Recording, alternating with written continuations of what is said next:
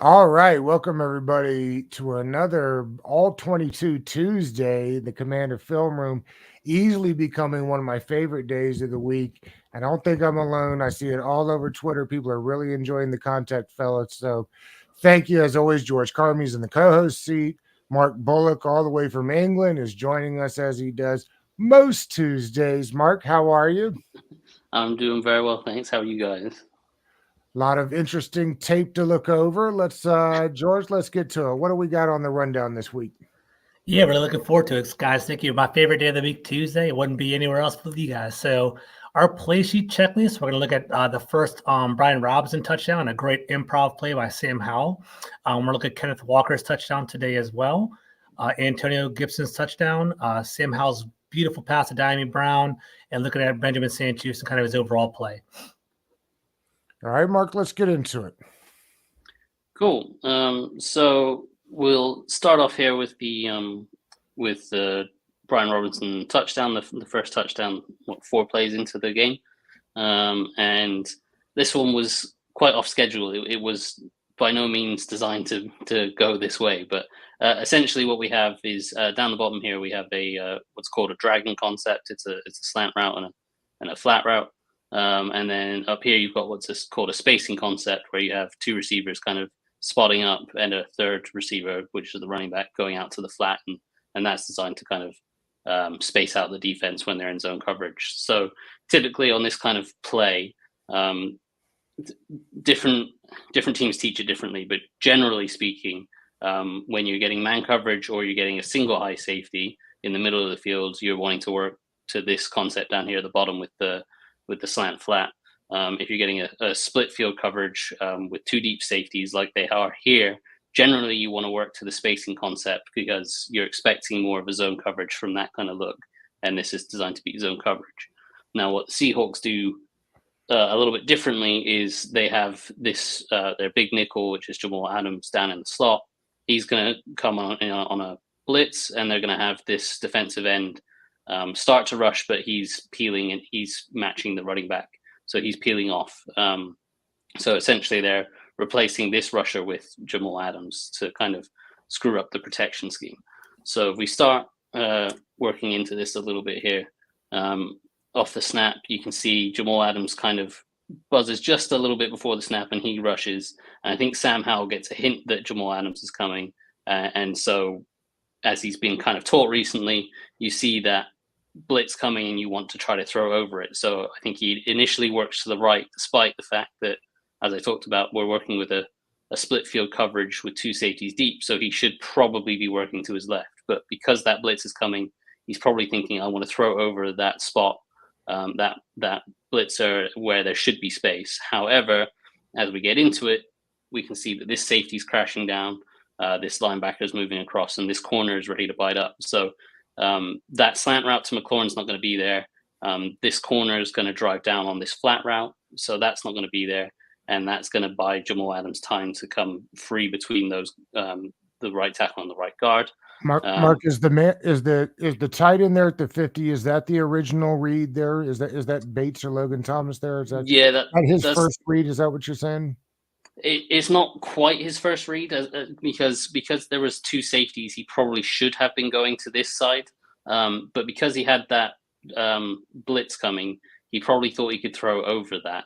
So he's probably working these two, and it's kind of a 1A 1B kind of thing here, where you're kind of reading what the coverage is, and if you can hit this one deeper, you're taking it, but if not, you're hitting this. But because that safety and this linebacker kind of comes across into McLaurin's path, and that corner is ready to buzz up to Logan Thomas in the flat, neither of those options are available to him. So then, I guess I was thinking John Bates in the middle of the field there. Yeah, so that's where he should be going. Ideally, when you have that spacing concept and you get those two high safeties, you should be working to this side of the field because this is a zone beating concept and you're anticipating zone coverage with two safeties. So you see John Bates is wide open in the middle of the field. This route also kind of uncovers.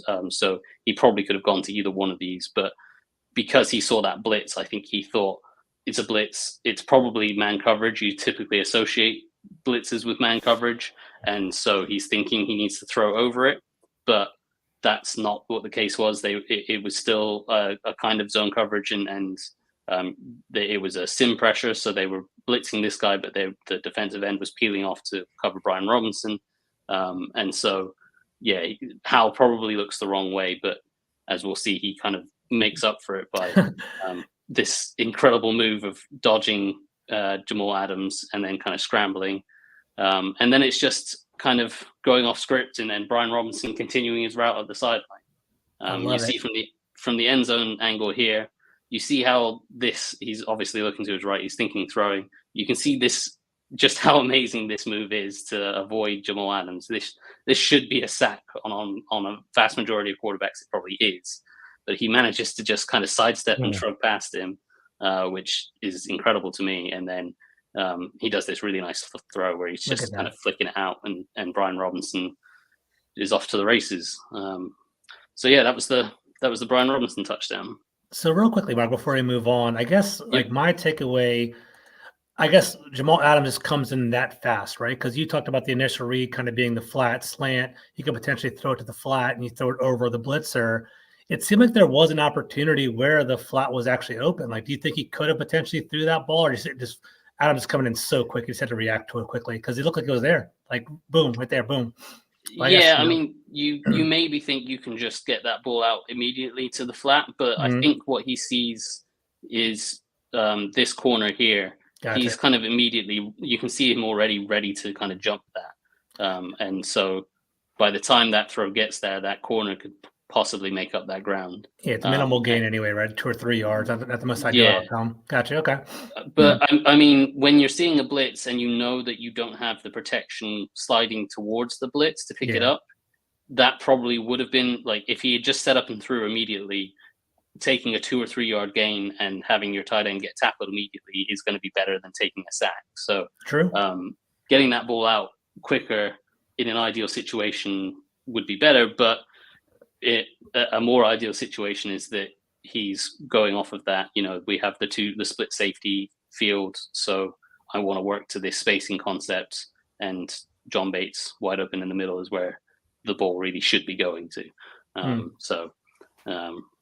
I know when he hits him on this wheel route, I thought they were going to score 100 points in the game. I was up off the couch jumping around. Well, I wasn't up off the couch jumping around. I'm in a wheelchair, but I thought they were going for a hundo on this thing. I was pumped. Yeah, it was quite the play, and when I thought he was going to get tackled. I assumed he was going to get tackled at some point, but then when McLaurin kind of came in, and at the end of it, you're like, oh, okay, he's got a lead blocker here. This is going to the house. McLaurin was looking for something too. He was looking for contact. That was great. He wanted someone. So then if we wanted to move on to the second point in our checklist, what was that? That was the Walker touchdown, wasn't it? Yep, Kenneth Walker touchdown. Yeah. So the play here, this one was a really frustrating one to watch. Washington's in a very basic cover 2 shell here, where you have 2 safeties deep. They're both playing at half the field. It's not Tampa 2 where the Mike linebacker drops back and splits them. They're staying 5 zones underneath. So that's cover 2. So there's a little distinction, but it's still a relatively similar coverage. And they're just trying to protect the first down marker. And the idea is to protect against anything deep, force that ball to be checked down underneath, and everyone rallies to the ball. And really, it plays out exactly as you want it to. When Geno Smith comes out of his fake and he gets to the top of his drop, you've got 2 receivers here kind of being pushed towards the sideline with the safety splitting to be able to cover them. You've got this guy coming up the seam, but there's still the safety over the top, so you're not too worried about that. You've got the other tight end kind of running across there, but you've got 2 guys in the area. So Geno Smith's not really got anything favorable to look at this point. So when he gets going, he has to start scrambling. I did have to draw up. So he starts scrambling, and he finds that he's got his running back leaking out of the backfield after checking the protection, and that's Walker. So this is exactly how you'd have it drawn up when you call this coverage. You want the quarterback to be feeling pressure and having to check the ball underneath to the running back, and then you have the rest of your defense all flying up, rallying to the ball, making the tackle, and having this be sort of a 3 or 4 yard gain at most. You think you can make that tackle and move on to the next down real quick. Unfortunately, a couple bad things happen here. We got Danny Johnson here in the slot, and he should be the first defender there. He's the nearest guy, and Walker's working into his zone. But unfortunately, he slips. So we'll see that here. As he starts breaking out, he just stumbles, and that's enough for Walker to turn that corner and run by him. And Walker's a good athlete, and Danny Johnson is by no means a bad athlete, but he's not as good as Walker. And Walker, that little slip's enough for him to get by. So the second issue is back here. We got safety Percy Butler coming up, and Butler has had a couple of these incidents last week with the Stevenson touchdown. He was the last line of defense, and as the safety, that is his job, is to be the last line of defense. So he needs to be able to come down and make this tackle. But as we see here, he misses pretty badly, and Walker's able to get the sideline, and nobody's able to catch him. And we'll see it from the end zone angle, just how wrong it goes for Washington on what should be a 4 or 5 yard play. We see that here's Percy Butler, and he kind of gets his feet stopped a little bit rather than continuing with his momentum and coming down and using the fact that there's not much room out here. So there's not really anywhere for Walker to go. He should just use his momentum and go and make the play. But he stutters his feet and kind of stops his feet.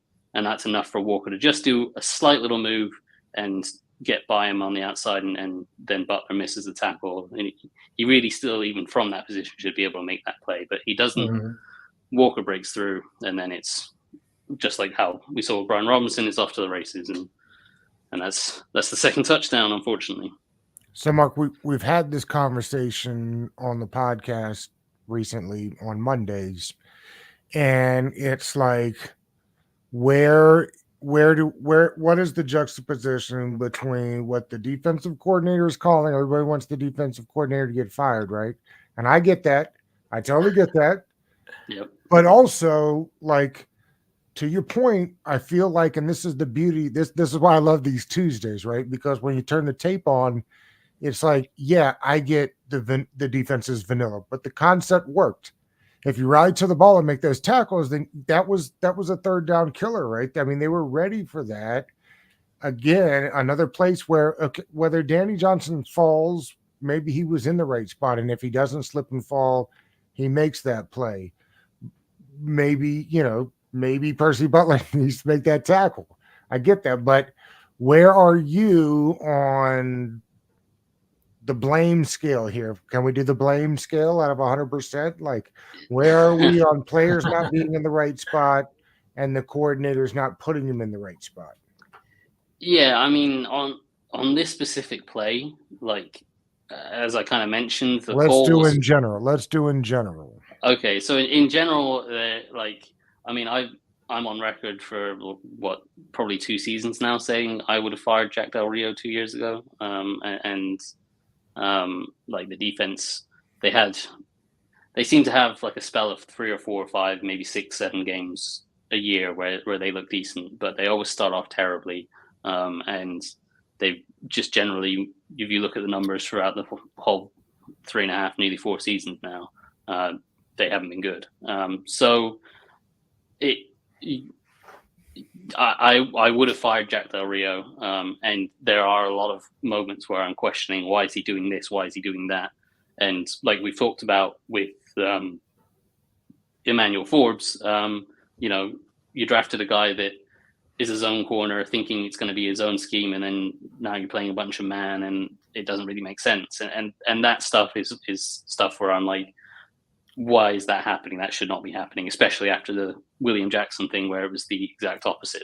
They signed a guy to be a man corner and then put him in zone and it didn't work. So that stuff is stuff that I would say, like, yeah, Jack Del Rio and Ron Rivera deserve more than their share of blame, and that should be cleared up. But for this specific play, like, the call is fine. It's as you say, it's a very vanilla call, but everyone in the league has cover 2 stuff in their playbook, and like the play worked exactly as the design was was drawn up, so they covered everything deep. They forced the check down underneath, and the players started rallying to the ball. They just didn't make the tackle, and that's, you can't really blame Del Rio for that. That's the players have got to make that work, and they didn't.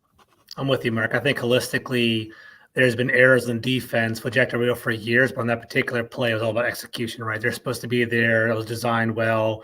Just a missed tackle led to a bad opportunity. And really what has been, unfortunately, I say the hallmark of the defense, and it's not a good one, but it's been the explosive plays. Like, they have not been terrible on defense, but they give up 5, I think, explosive plays per game. Yeah, I don't know many teams that are good enough to overcome that kind of disparity. No, nobody's good enough to come over that, overcome that, and yeah, that is the thing. Like, if you look at it, it generally is a handful of bad plays a game, where it's like they play well for, if there's 60 snaps, they might play well for 55 of them.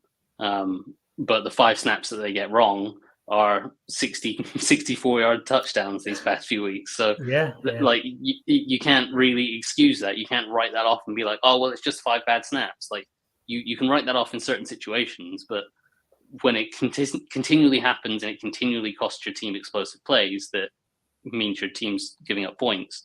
At a certain point, it just becomes a bad defense. I don't think you can write that off and say it's just 5 or 6 bad plays a game, because the NFL is such a tight game. 1 or 2 bad plays can make the difference. That's right. So that's right. Yeah. All right. A good play is the Antonio Gibson touchdown. Mark, let's take a look at it. Yeah. So first up, I wanted to show not the Gibson touchdown, but a play that was very similar earlier in the game that kind of set up the Gibson touchdown, and then we'll move on to the Gibson touchdown. So what we have here is what is essentially a sail concept. Ignore this running back route for a minute. We have a deep post from the outside receiver, Jahan Dotson. This is Logan Thomas on in the inside, and he's running the sail route. And then you have Curtis Samuel using a jet sweep motion and working out to the flat. So you've got your flat route, your sail route, and your post route. That's a very basic sail concept. And you see that across the NFL constantly. Now, the twist that Washington adds into this is they have the running back working up the seam, and then that's Antonio Gibson running up the seam. And this is a thing that is coming increasingly popular in the red zone across the NFL, is having the running back coming out of the backfield and almost playing as an extra receiver and running a deep vertical route. In this situation, it doesn't quite work for them. We'll run it through. You'll see Curtis Samuel come across in jet sweep, it's Terry McLaurin. Then you have Logan Thomas running that sail route. The Seahawks pick this up really well, so they kind of box it off. They have 4 defenders here, and the safety is able to match the post route from Jahan Dotson. The corner does a really nice job peeling off and picking up the sail route. You've got the linebacker picking up the seam route from Antonio Gibson, and then you've got this defender, the slot defender out here, covering McLaurin in the flat. So Sam Howell reads this out, and he wants to hit this sail route, but it's not there. And really none of it's there because it's really well covered. So he just decides to throw it away. But the thing to remember in that is what the concept was. They had the running back running up the seam. So later on in the game, when they got back to the red zone, a very similar area of the field, you can see this is high red zone. This is just about the 20-yard line, which is right at the edge of the red zone. The last one was just about the same spot. They run pretty much the same concept. They just kind of flip who's running what. So instead of having McLaurin run that jet sweep, they have him run a shallow cross from the backside, but either way, he's going to be the flat receiver.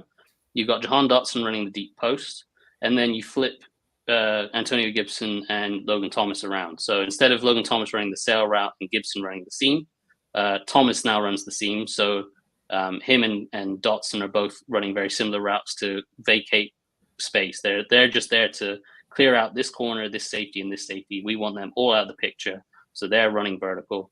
And then that leaves Antonio Gibson running his sail route, and this linebacker has to try to match it. And we'll see here as it folds Bobby up. Wagner too, right?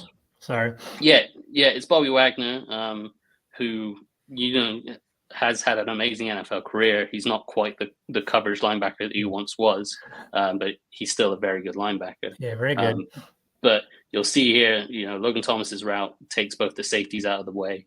Jahan Dotson takes what's called a mandatory outside release, an MOR, and that forces this corner to turn his back to what's happening here. And then that corner is just focused on Dotson. And again, that just takes him out of the way. And that's opening up this space for Antonio Gibson to work away from Bobby Wagner. And Wagner obviously lined up inside, and he has inside leverage. So it makes it very hard for him to run with Gibson on this sail route. And we see Gibson kind of runs away from him. This corner is potentially a threat, but because Dotson took that outside release, the corner's not looking inside. So it's all just space for Gibson to run into. And then Sam Howell delivers the throw. Gibson makes the catch and walks in. And the other thing to look at here, obviously it's a great scheme. And it's very nicely schemed up for Howell, but he also makes this play really from how he manages to get this throw off. We see Andrew Wiley struggles a little bit here on the edge, probably more than a little bit. He gets beaten, and this edge rusher comes in, and he actually, that hand is up and in that throwing lane for Sam Howell. Yeah, wow. He somehow manages to get that throw off without being able to follow through, and gets it with enough arm on it to get it to Antonio Gibson. So run it back one more time, Mark. I was really impressed. It's a high level throw, man. He basically George. I hadn't noticed that arm before until you just showed us that, Mark. You can see that right here. That arm is right in the way. Yeah. And how he can't follow through at all. So you can see the ball does lack a little bit of velocity. Sam Howell generally drives the ball really well, and Gibson is there kind of having to turn and catch that. But from this angle. Exactly. Perfect. Sorry, I'll just, I'll stop rushing it through. I'll just let it run through itself. No worries. So it's a really nice play design. I love this scheme. It's something that's happening a lot more often with these running backs. But yeah, that the ability to drive that throw, even with that arm getting hit, is kind of incredible, really. And yeah, it does kind of die on Gibson at the end, but you would expect that given that his arm was basically hit and he wasn't able to throw it. And so it's a really incredible throw. So even though the scheme was fantastic and gave him an open running back to throw to, it was an incredible throw because of the pressure that he was under and his arm getting hit. What I also like about that play is that he threw him open. Obviously, he kind of threw to a place. He anticipated that Antonio Gibson would get there. It was a high level throw and a good outcome. It was great. And I appreciated that you showed the first play, Mark, because I think it's important to remember, as we watch these guys with their sheets, right? That's kind of what they're checking off is that, okay, we didn't get it this time. Let's come back to it. How do we get back to this play? Because it almost worked, didn't quite get there. How do we get back to it? And that's one of the beautiful things about studying the film is that you actually get a better appreciation for what that chess match actually looks like. Yeah, it's it was good to see.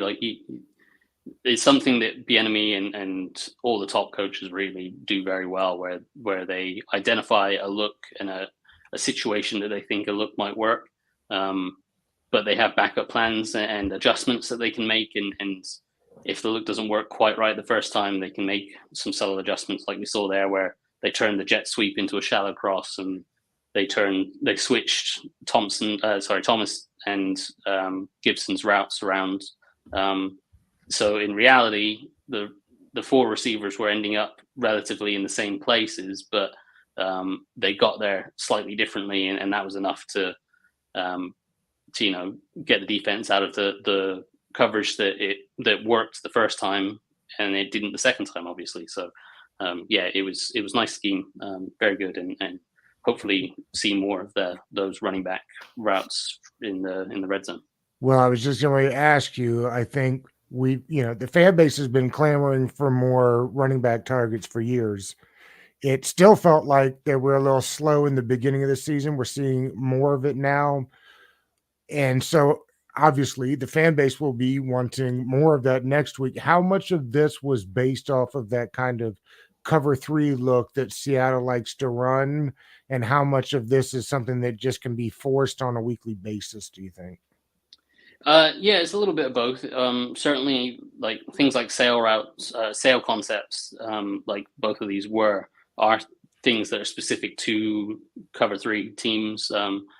Sail is a really good way to exploit cover 3 because with the cover 3 system, you have a corner playing a deep third, and you have someone in the flat, like a linebacker or a safety in the flat, and usually you don't have anyone in between them. So if you have that deep guy being stretched by the deep post, and you have a flat defender occupying a receiver in the flat occupying the defender in the flat, then you have that sail route free generally in between them. So that is the kind of system that is specific to something like what the Seattle Seahawks do a lot of with the cover 3.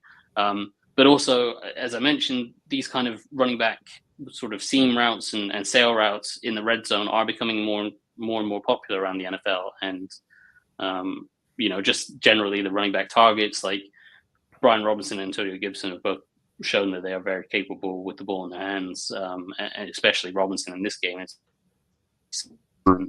That one wasn't even really designed to go to him necessarily, but he showed he was capable once the ball was there. So, and he had some other plays where they were more designed to go to him, and he did a nice job. So, I think it's something that Eric Bieniemy and this offense looks to target. Running backs in the red zone are generally kind of forgotten about. They can often be something that a defense is like, okay, they're protecting and don't need to worry about what kind of routes they're running, and you can kind of leap them out of the backfield and get them into sneaky good situations. And like last year with the Chiefs, we saw I think Jerick McKinnon, their running back, was their second leading receiver with touchdowns. I think they obviously Travis Kelce had something like 15 or 16. Like 9 but or McKinnon 10. had 9. Mm-hmm. Yeah. 9, yeah. So that is what you can get from a running back in this offense, and we're starting to see that. Before we get to the next play, Mark, I'm curious, as we get to the offseason, and I know we're not quite there yet, but just looking ahead a little bit, we're going to hear a lot of suggestions that maybe it'd be worth keeping EB because of keeping Hal in a similar system. I think the counter to that will be half the league at least runs a West Coast offense. Now, what tends to be, how big of a difference is one West Coast offense to another? And how much necessarily does switching from, say, EB's version to Coach X's version next year, would it actually be setting Sam behind? There can be quite a significant variance. The general ideas are the same, but there can be quite a difference in terminology. There can be quite a lot of carryover, so that it really does depend on the guy. Like when you look at the difference between like Sean McVay and Kyle Shanahan's versions of the West Coast offense, there is quite a bit of carryover, or at least that there was at a certain point in time. The difference between, say, like Eric Bieniemy's version and even say Kyle Shanahan's is quite significant, because certain things will be called differently, and it won't always be drastically different. Like a certain route can be called one thing and it changes. Like like a quick out from the slot could be called an Omaha in one route, in one playbook, and it would be called an Ohio in the other playbook. So it can be quite small changes, but those changes are significant, because if the quarterback gets in the huddle and he's thinking, last year this route was called Ohio and this year it's called Omaha, so he gets up in the huddle and calls Ohio, then the rest of the players are looking at him like, what the hell is that called? I don't know what that is. Exactly. So there can be a difference, and sometimes it is small things like that. Sometimes the concepts are completely different. It really does vary from playbook to playbook, and the way you would get it more similar is if you get someone else from, say, the Andy Reid tree then that is going to be a lot more similar to what Eric Bieniemy is doing compared to like the Kyle Shanahan tree of West Coast offense that is a little bit different. So there can be quite a difference. I didn't want to spend a ton of it on it today. We will in the future, but George, you know what I'm saying. We're already starting to hear a lot of people talking about whose version of what offense and when and how does it affect Sam. So I was curious just to hear quickly. I love hearing Mark's perspective of it, of course. Yeah. I'm All pro right, EB, by the way. Let's look at this BB here, George. Okay, let's do it. I love it. This is the play of the game, in my opinion. Yep. Yeah, so this was a really, really good play from both Sam Howell and Diami Brown, actually. And the idea here is 3rd and 10. So basically, you've got 3 routes that are all kind of trying to sit at slightly different levels beyond the first down marker to find space. You kind of are expecting the Seahawks to be playing some sort of, not necessarily prevent, but kind of a zone coverage that's sitting back, significantly protecting that first down marker. And so when you're expecting a zone coverage, you want to be spacing it out with different routes that are spotting up in different areas. Like we have Terry McLaurin here running a hook. It's slightly deeper than this, but I couldn't fit it on the screen otherwise. And then you got Jahan Dotson running a deep hook over the middle. And then you've got Diami Brown running this deep hook up over by the numbers out here. So you're trying to space out the defense and find the little hole in the zone coverage on this kind of concept. So, and you got Logan Thomas here as kind of a check down. Once he does a really nice job chipping this edge defender, and then he's just going to release out to the flat as you kind of last option check down. But it's 3rd and 10 with the game on the line, so you're looking to pick up that first down. It's obviously 4 down territory, so you don't have to force it. You can live to fight another day, but every yard's going to be valuable.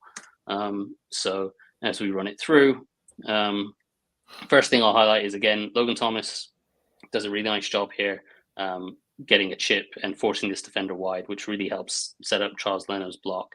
They're blitzing this linebacker. It's a not too dissimilar thing to what we saw on the Robinson touchdown, where they had Jamal Adams coming off the slot and the defensive end kind of dropped off. You can see they've got the linebacker blitzing here. Initially, it just looks like 3, but a 4th guy does join, and this defensive end drops off into coverage to replace him. And then as we get into the routes, we get Sam Howell at the top of his drop here. Annoyingly, the Seahawks kind of cover this pretty well. They've got a safety over the top of McLaurin, and this corner is attaching pretty well. You've got Jahan Dotson running his little spot route, and his job here is literally just to try to find space between these 2 defenders, and you can see him trying to fit in between them, and this guy's kind of trying to force him inside. This second guy is trying to attach to that route. And so these routes kind of are dead pretty quickly. So I'll get to here we go. So you can see here, we've got safety over the top and a corner real close to McLaurin. So that's dead. We've got this guy sitting right on top of Jahan Dotson's route. So that's dead. So Sam Howell's working backside to the 3rd option, which is Diami Brown's route. And you can see what I was talking about with those staggered routes. They're all slightly different depths. And that's so that Sam Howell can work through 1 to 2 to 3. And they'll be all breaking at the right time for him to be working through them. So Diami Brown hasn't quite got into his break. Well, he's just starting to slow down to make his break. And his job here is actually just to sit down here because that should be avoiding the coverage. This defender should be hopefully attached to Jahan Dotson inside, and that would, in theory, open up this window for Diami Brown. However, this defender has passed over Jahan Dotson to the other linebacker, and he's eyeing Sam Howell, and he can see Sam Howell looking out there to Diami Brown. So he widens. And the real nice thing to see here, and it probably goes back to the fact that these 2 have been playing with each other for quite a while. Obviously, in college, they were teammates, and Diami Brown was his number 1 guy. But you can see I've kind of drawn it on there. Rather than just sitting this down, Diami Brown does a really nice job of recognizing that he's got this linebacker dropping into the throwing window. So Sam Howell just can't make this throw because that linebacker is going to be there. So Diami Brown adjusts by, instead of sitting it down, he carries it on across the middle. And because these guys open up and Jahan Dotson does a nice job of continuing across to these hash marks to open this window a little bit more, you'll see here that the window opens in between them, and you can see here's Diami Brown kind of recognizing that instead of just sitting down, I need to move in the middle. Sam Howell needs that help, and Howell's there waiting for it. And again, the protection, it holds up real nice for him. That because of that chip, Charles Leno's got a ton of time to wait for that guy while he's doing nice on the edge here, and these guys aren't really rushing that hard and what have you. So he's got a nice pocket to sit and wait. And then you see Howell delivers that throw in that window, and I've got the end zone angle, so that'll show you the better throw of how that window comes about. So yeah, he works. He sees that McLaurin's quite well covered. He's coming back inside here to Dotson, but he's seeing these guys are passing that off really well. He wants to go outside, but that linebacker is watching him and getting into that throwing window. So he just waits. And now you can see how Dotson's route, this linebacker here has moved outside, matching Howell's eyes, and Dotson's route has pulled this linebacker in towards the hash marks over here. So you can see just that window there has opened up in between them. And that's where Diami Brown adjusts his route and runs into it. And Howell delivers a great throw. You can see it's going to be just in between these guys, just outside both of them stretched on. And Diami Brown does a great job going up, making that catch. And then he does the best thing about it is he doesn't just make the catch and stop. He uses that momentum to carry on and runs into the end zone for what was a huge touchdown. And it unfortunately didn't end up counting as a game-winning touchdown or a leading to a win, but it certainly gave him a chance. A couple of funny things from that. So Diami Brown can make that catch, but can drop an open pass like a couple times a game. So that's funny that I first see that with Diami Brown. Two, I love the fact that he gave Sam Howell a larger throwing window by kind of creating more leverage with the defensive back. And then three, if you don't mind going back a little bit, Brian Robinson is a pretty good chip too. I don't know if it's a design play, if he's supposed to do that, but he comes up the middle and he does a little chip on the linebacker, and then he kind of runs out for a little outlet pass as well. So I kind of gave him a little bit more time. I think there's a pretty good pocket for Sam Howell. I like it.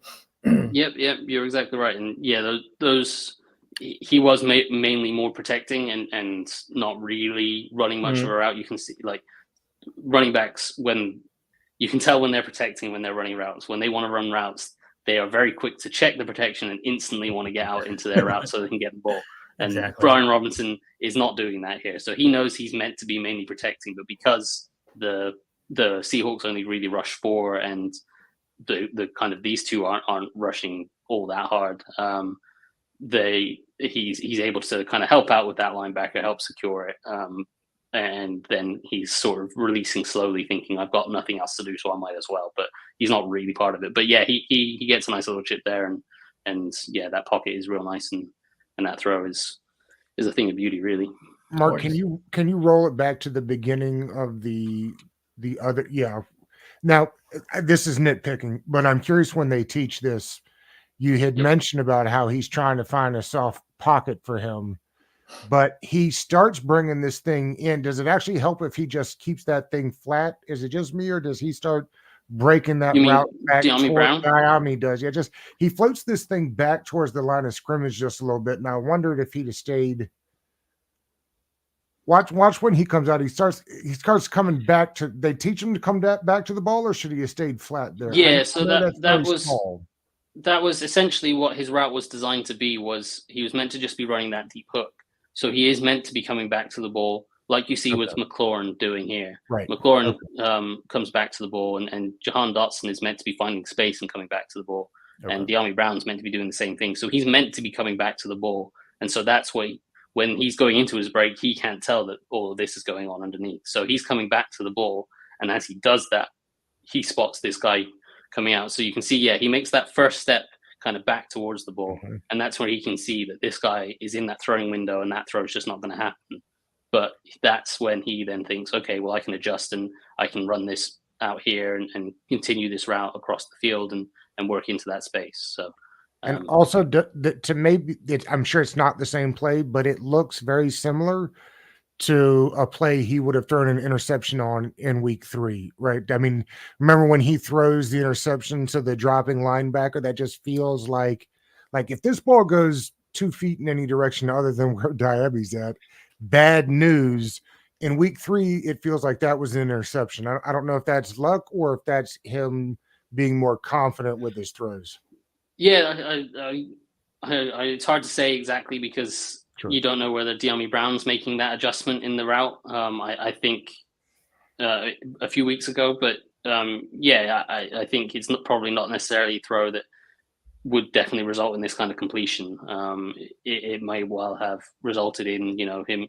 He might well have tried to force that ball to Diami Brown as he broke out and sat his route down initially and possibly been intercepted by that linebacker going under it. So recognizing that like that throw isn't there, don't force that throw, even though the situation is telling him, I need to make a play. He did a real nice job staying poised, understanding that I've got a nice pocket, I've got time, I can let this develop. And I can, especially, the whole season has been about how many sacks he's taking and making sure he's getting the ball out efficiently. He does a real nice job here, recognizing that the situation, despite it being 3rd and 10 and they need to score and so much pressure's on him with like a minute in the 4th quarter, the ability to recognize that I've actually got time here for this play to develop, and then sit himself in the pocket and wait for Brown to make that adjustment.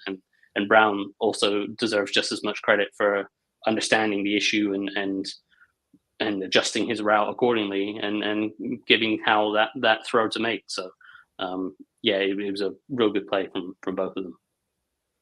And he's earning himself more and more playing time every week. If that had been the last play of the game, things would have turned out much differently on Sunday. Segue. Unfortunately, 55 seconds in the league is an eternity. Let's look at what happened. Can I just preface this? I got roasted on Twitter because at the end of the first half, I said, who's had a good game in your mind? And I put a picture of St. Just and I said, this was my guy. He was all over the place. And he was. He had a spectacular first half. He didn't have a good last drive because he actually had a pretty good second half also. Let's take a look at the last drive. Yeah, the wheels kind of came off for him a bit late on because he also, the drive before this, he gave up the pass interference on 4th and 5, and then he had the flag for the face mask on the run down near the goal line that set up 1st and goal from the 5, and then he got beat by Tyler Lockett for the touchdown. So, and then obviously Sam Howell went down and hit Diami Brown for that touchdown and equaled it up. But that was kind of a rough series for him, and then he bounced back he didn't bounce back. He had another rough series, and I wrote about this today on my Substack with the inconsistency of young players and Benjamin St. Just, and we'll see it in this little clip that I've got here, or this little package of clips where he shows real promise on certain plays and shows just bad mistakes on others. And so this first one here is 3rd down. The Seahawks had hit a couple checkdowns to the running back and set up 3rd and 4. So they put 3 receivers to this right side. They've got DK Metcalf isolated to the left. Benjamin St. Just is playing the boundary corners, as we've talked about in the past, and so he's matched up in press coverage against Metcalf, and Metcalf just runs a simple slant. But the issue here for St. Just is how not patient he is with his feet. When you're playing press coverage, you want a guy to be real patient with his feet. You don't want him to be jumpy and reacty to whatever the receiver does. You want him to hold his position and force that receiver to declare whether he's taking an outside release or taking an inside release. But on this play, you'll see Metcalf takes off the snap, he takes a quick stutter step outside, and you'll see, just watch St. Just's feet. He gets real jumpy, and you can see he's all over the place, takes a couple of hops, gets outside, and that opens up that middle of the field, and Metcalf is able to run inside completely untouched. St. Just can't get a hand on him, and he's able to run inside on the middle of the field for that slant, wide open, and turns a 3rd and 4 into a 17-yard gain. So that was obviously not great. That was cover 0 there, Mark? I don't think it was cover 0. Let's go back to it. They were showing a blitz look, so it looked like it was going to be cover 0, but they were dropping this guy out. I think they had Yeah, they were. It was certainly man coverage, Yep. but they're dropping a few guys out and showing a couple of different blitz looks. So it wasn't pure coverage zero, but it was for Benjamin St-Juste. It was pretty much man coverage, and well, it was just man coverage, and he needed to stop Metcalf winning the on this play, and he doesn't do that because, as I say, that footwork where he gets jumpy and let me just take it back a little bit so we can have another quick look at it, and I'll just let it run through once we get there. And you can just see how his jumpy his feet get, and he's. I would have never noticed the feet. Yep. Yeah, it's just you ideally want the guy to almost not move at the snap, but that takes a lot of it takes a lot of guts to stand there and say, I'm just going to stop you and watch you do what you do, and then I'll react. And it's hard when you're facing DK Metcalf, a guy of his caliber, to just stand there and be like, I'm just going to stay patient and wait for you to declare what you're going to do, and then I'll react. But he obviously gets it wrong there and gives up 17 yards. The very next play, the Seahawks come back at him, and it's not quite the exact same situation. They don't have Metcalf isolated to this side. They've got a 2x2 set, and because of that, St-Juste takes an off coverage position. But you'll see just before the snap, he kind of rolls down towards Metcalf, and doesn't quite give himself the same amount of cushion, but he still has a cushion. Metcalf is running another slant route, and you'll see by coming down like this and getting himself into this position, he's able to force Metcalf to declare his intention a little bit more. He's able to be a little bit more patient because he has that cushion. And then when Metcalf goes to break inside, you can see his feet are a lot more stable. He's able to react better to what Metcalf does. And then as Metcalf breaks inside, St-Juste is obviously, you can see he's just in a much better position as Metcalf's breaking inside on this slant. And he's able to actually undercut the route. And from this kind of position, this is where you have a real good skill set with St-Juste, because he's a real long corner. He's got super long arms, and he's a tall guy anyway. So he can undercut this kind of route, or he can go over the top. He has enough length to reach into the catch point and break it up. And you'll see that's exactly what he does. And the end zone angle might give just a slightly better look at that. You can see he's kind of sitting on that back hip, and yeah, you can't. It's a bit of a blurry picture, but here it is, and it's he's sitting on that back hip, and he's able to undercut it, and you can see his arms stretched out, and he's able to knock that ball away, and Metcalf had no chance to make that play. So we've seen the up and downs of a young guy. We've seen the first play he had poor feet and got beat. The second play he had a bit more of a cushion from playing off coverage, even though he stepped up just before the snap. But we saw better technique from him, and he had a pass breakup. Then, unfortunately, we got to the next play, and this is a slightly different route from Metcalf. It's not a pure slant. It kind of looks similar, but I think the Seahawks are expecting zone coverage because they run. Well, this concept is often known as hammer, or different West Coast offense have different names for it, but I know it as hammer. You have a spot route underneath, and that's designed to grab any kind of underneath zone defender and get them to bite up and open up the space in behind for this sort of basic cross in behind. Now, Washington doesn't play pure zone coverage here. They as we see it play out, it's more kind of matchy. They have two deep safeties.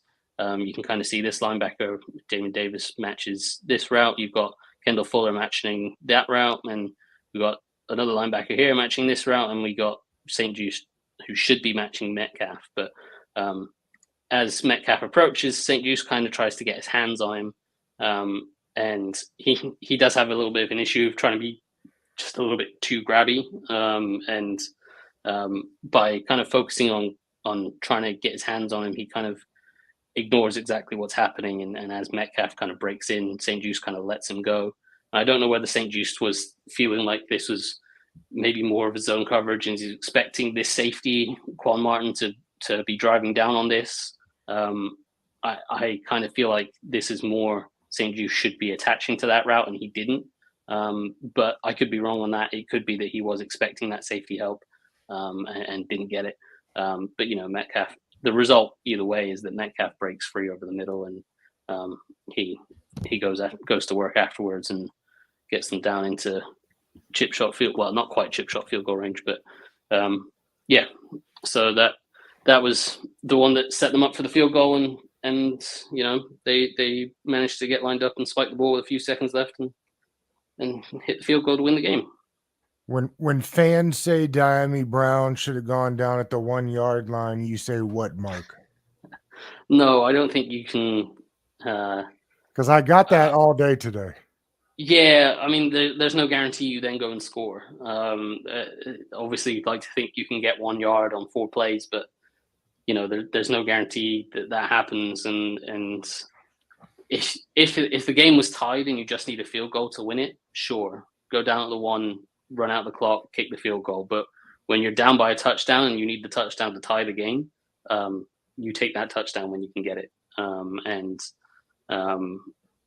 You know, there was still a lot of time left in that game. And if St. Juste had covered that Metcalf slant better on 3rd and 4, they get a 3 and out, get the ball back, and they have a chance to go win it. So, yeah, I don't think Diami Brown should have been going down at the 1 there. You're not thinking that in that moment. You're just thinking, like, I've got a chance to make a big play and tie up the game. So I don't subscribe to that in that situation. George, we looked at the tape. We obviously didn't get a chance to look at all of us. We could have been here for 3 hours doing that, and you probably could have convinced me to do that. But what is your biggest takeaway, having watched the touchdowns and watched some of the defensive lapses? What's your biggest takeaway after watching the film today? So biggest takeaways, for one, I'm happy with Sam Howell's growth. I think he's throwing people open. I think he's being more decisive. I think he's being more creative with his passing. So I do like that. And then on defense, it just seems like execution. It seems like, you know, I'm not a big fan of Jack Del Rio as well. I agree with Mark. I think it's time for a refresh and a fresh voice on defense. But, you know, like the play calls are there in theory, and, you know, they're sound in his decision. Could he be more aggressive? Absolutely. But in regard to like being completely off, I think he's calling the right plays, but our players aren't necessarily executing it that well, at least at this game. So that's kind of my takeaways from the film session. What do you guys think? Well, Mark, I was going to add my follow-up there was halfway through the season now, who's made more progress to you, Hal or Bieniemy as the play caller? Yeah, Howell's definitely made more progress to me. I think there was a little bit of a misconception over what kind of stuff Bieniemy was calling, and they thought that it's been drastically different. It hasn't been drastically different. Obviously they've mixed in a few more things, and then they've made some adjustments. But if you go back and rewatch those games, certainly with the All-22, you can see that to start the season they were running plenty of quick game stuff, and they were running plenty of the intermediate concepts that we've talked about on this, and Howell wasn't processing them quick enough. And then that's just because, you know, the point that Bieniemy's made all year and the point that I've made on here all year and stuff is it was the first time he was seeing those looks. And so we're seeing now he's getting used to things and understanding that a certain rotation might mean a certain coverage, and learning to handle the different blitzes that might be thrown at him. And we're seeing him just play a lot more efficiently, because, you know, a lot of those, we go back again to the sacks, a lot of those sacks that were the negative plays earlier in the year, they weren't bad play calls. There was receivers open on quite a bit of them, and it was a case of, you know, Howell was just not quite reading it quickly enough and getting to the right read quickly enough.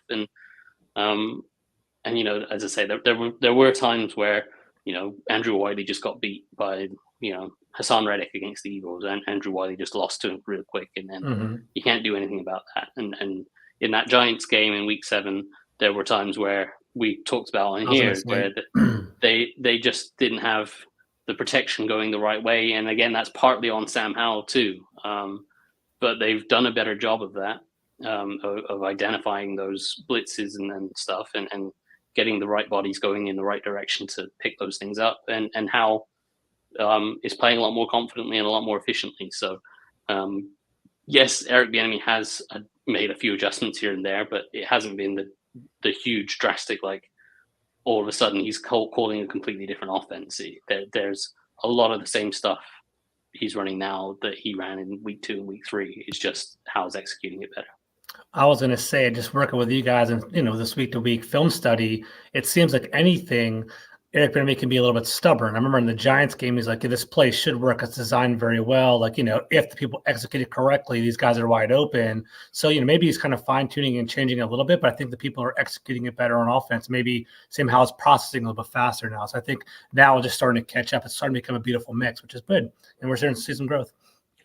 One last one, Mark. Will we be happy with consistency, or is there another level to be had in the offense?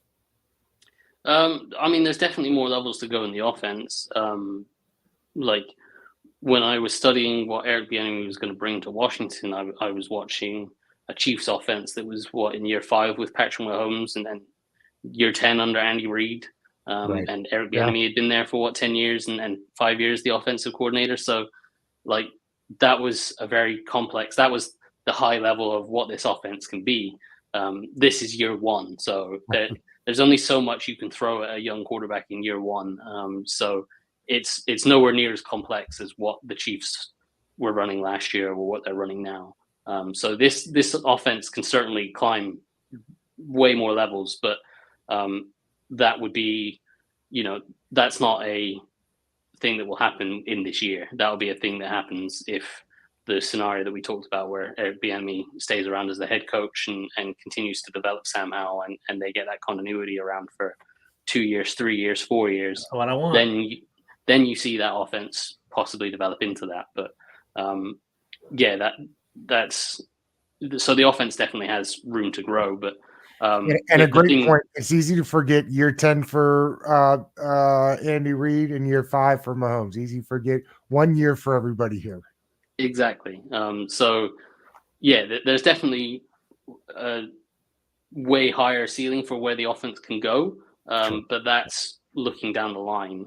In terms of right now, what you're looking for is more consistency with Howell in how well he's executing the offense and basically continuing to do what he's doing while playing really efficiently and maybe just hit on a few more of those deep shots that we've seen just go like an inch or two beyond the receivers. And then, those explosive plays can be a huge difference maker in the game. So maybe just hitting on 1 or 2 more of those and otherwise continuing what we've seen these last few games where he's been extremely efficient, cutting down on the sacks, identifying blitzes and making sure the protection's going the right way, and then processing things post snap and getting the ball out quickly. As long as we see him continue to do that, then that's what you're looking for. Well said, Mark. Fellas, I think we accomplished a little bit today. I'm always excited about that, and we will see you again next Tuesday. Peace out. Thanks, guys.